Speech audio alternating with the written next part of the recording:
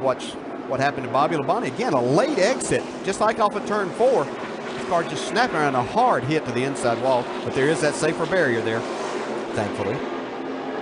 Steve Arpin slides in front, and Austin Dillon gets caught up in it. Arpin and Dillon slide across the grass in the quad oval. Nothing Austin could have done about that. Try to keep rolling here. Watch the 32 of Steve Arpin. He got loose off the corner, slid up the racetrack. Unfortunately, nowhere for Austin to go. He'd already committed he was going to try to get by the 32 on the inside. Steve came down the racetrack. A lot of front end damage to that 3 of Austin Dillon. The splitter was torn off when he went into the grass. Oh, and another crash down the front straightaway. Stephen Wallace is involved. Standard Phoenix wreck off of 4 when you get over there. About 5 or 6 cars all blocking the track. Watch for debris. Most of them are sitting on the bottom. There's the 66. The 30 of James Busher is also involved in this. The 30 was 12th. The 66 was 14th. Yeah, they've been around each other all day long. See here now, Stephen Wallace is going to try to make a pass on the inside. Looks like he got a little bit loose and up into the 30. That's Ron Hornaday gets underneath. There. Boy, Ira Calmarola slides past.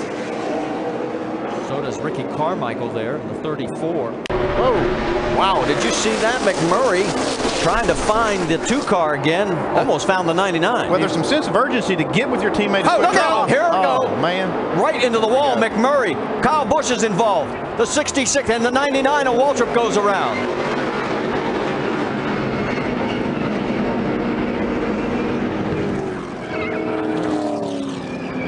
Oh, and another late hit right there with McMurray unable to get the car stopped. Like you say, it's just a sense of urgency. All these cars trying to get with each other, and you see some contact right there mid-pack. Looked like Boyer was involved in that. That looked like Kyle Busch getting into Jamie McMurray is what got all of that started. And I think he was just trying to push Jamie, but a little bit too much of a push and maybe at the exact wrong spot on his rear bumper. Busch is a rocket. Nobody is running the outside. Oh, there they go. There Gordon they go. Slam. Menard. Mark Martin. It's a crash fest in the backstretch. They couldn't keep doing that, Mike. They just couldn't. Heavy left front damage on Jeff Gordon. Ah, that hurt. Tell you what, I find the worst freaking place to hit damn walls. I think we're done, dude.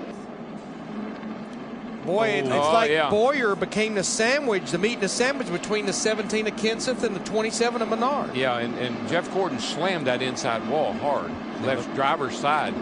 The 17 and the 33, not here. We're okay until they get kind of nose to tail, and there's just no room. Well, it almost is like Matt saw that he had some room to move over toward Jeff Gordon, but he didn't take into consideration they were 3 wide behind him. Daryl, I can't help but think UPS Logistic. Oh, wrecked out. Big trouble, front straightaway. That's Brian Vickers, who looked like he got a piece of the wall. Jimmy Johnson able to drive through behind. He was back there after having to make that second trip down pit road. Now we take a look at what happened. He's down on the flat right there. Oh. Teammates. Yeah, they just, that's a hard one. I mean, there was no, he's on the inside.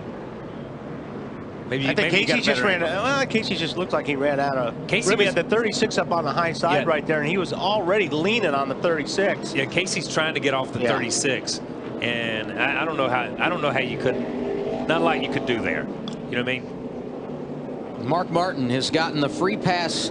Oh wow, 3 wide. Yeah.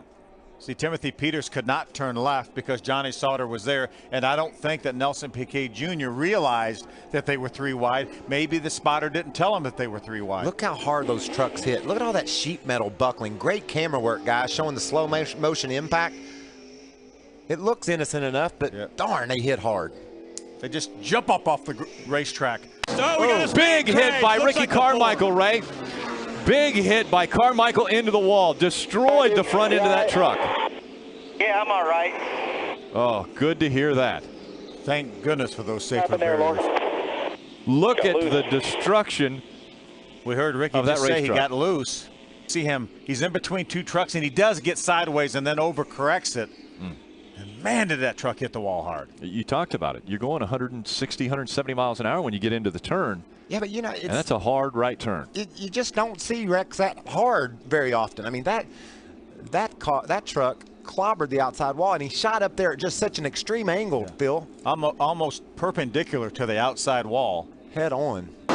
There goes Wallace around as he is hit with the 11. More contact as the 11 gets tagged by the 88, and we have carnage in turn number 2. It's not like we couldn't see this coming. I mean, the drivers are getting more and more aggressive. That's Andrew Ranger. He had just gotten back on the lead lap. Here we go.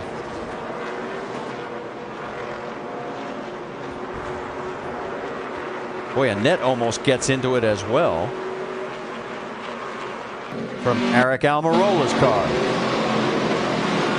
Yeah, it's just cars all slowed down the corner in this restart. Tires aren't warm, they're not up to speed. Everybody gets a freebie on that one, in my opinion. Oh, trouble. And a big crash, the 38 of Jason Leffler and the 33 of Kevin Harvick. So our winner here, a year ago in this event, has contact.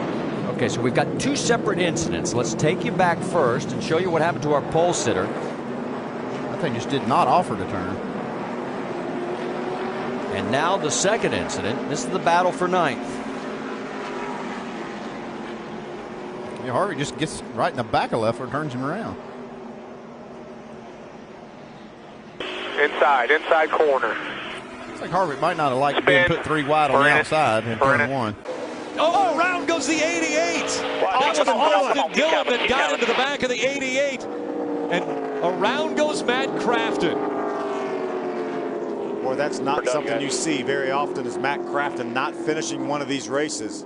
This will be the 6th caution coming out. Austin's going to move to the outside here. Matt's going to move up the racetrack and squeezes Austin. Didn't quite have Austin cleared when he tried to move up the racetrack to follow Hornaday. Austin ran into him.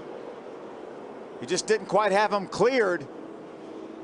Matt certainly got the worst of that situation. Hits the outside wall as well as the inside wall. So a number of cars getting high out of the groove. They slid back. Look at this, 3 wide coming up into turn 3. And look what happens. We have contact in turn 3 as well. The 11 of Brian Scott, the 7 of Danica Patrick. The 82 is also involved in that. That is Reed Sorensen. A log jam with 4. There you go. No pressure. Go get that 89 there. There you go. Oh, yeah. Oh, God. Look at that. Keep coming there. Hold the brake. Just hold the brake. You'll be okay here. I believe that was Reed Sorensen, wasn't it? Hold And the 82 brake looked like there. he got in too hot and got into the back of Brian Scott. Yeah, he hit Brian Scott and turned him right. Man, that was a bad angle there. That just caused everybody to have to check up. There's just nowhere to go. Trouble turn 2. No. 5, 6 cars in it. And more. The dreaded consequence of pack racing is the big one. Yep. Here's another look. Watch the inside lane. The 34 and 27 is the first contact. Yeah, the 27 of Menard, he needed a break right there. But David Reagan was all over him, and when Menard went up the hill just a little bit, Reagan was on that left corner and turned him around. Damage to Casey Kane in the 5 as well as Hamlin in the 11.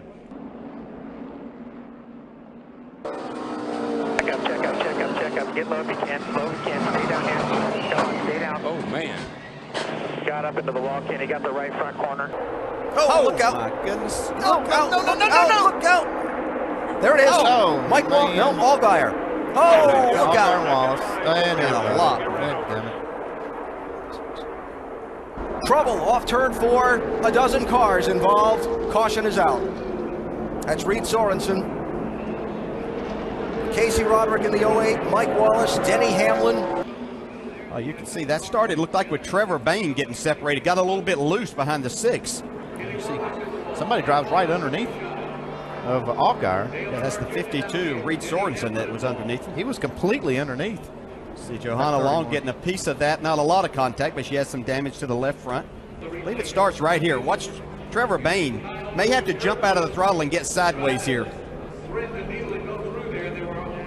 A lot of times, June, you have to jump out to keep them running over that car in front of you. Your car will just jump for about a half a lane. I'm telling you, Reed Sorensen was completely underneath. Justin Allgaier's car.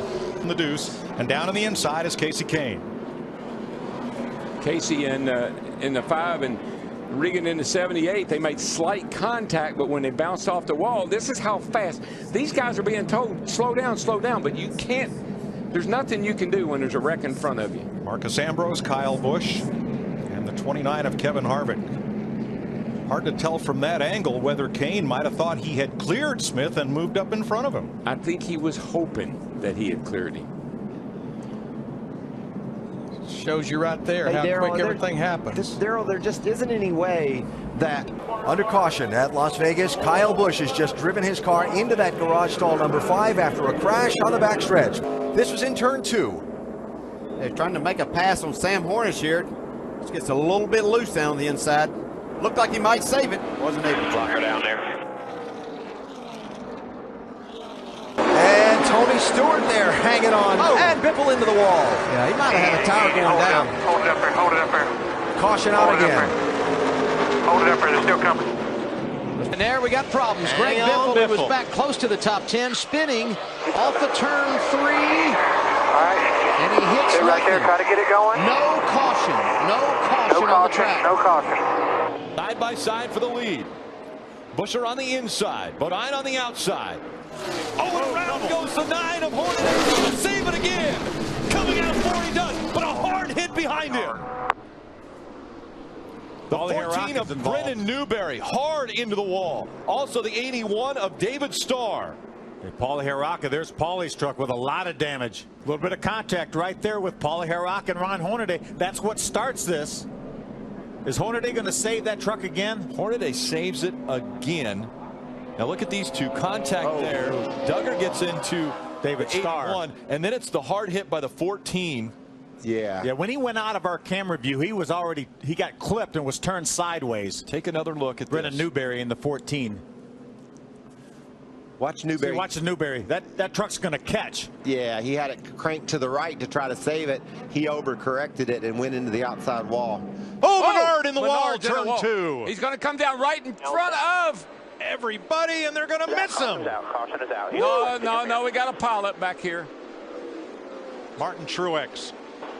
There's the 27 cars down on the apron. Menard, you got Truex crashed.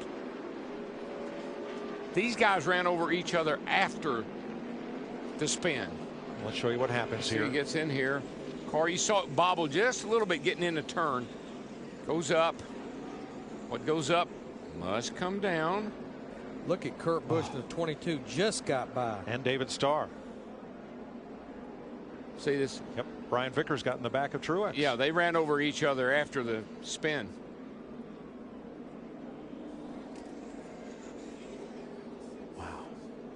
Matt, what happened there? Menard simply said on the radio to his team, Mike. Feels like I'm riding. Hornaday goes sideways. Hornaday around on the racetrack.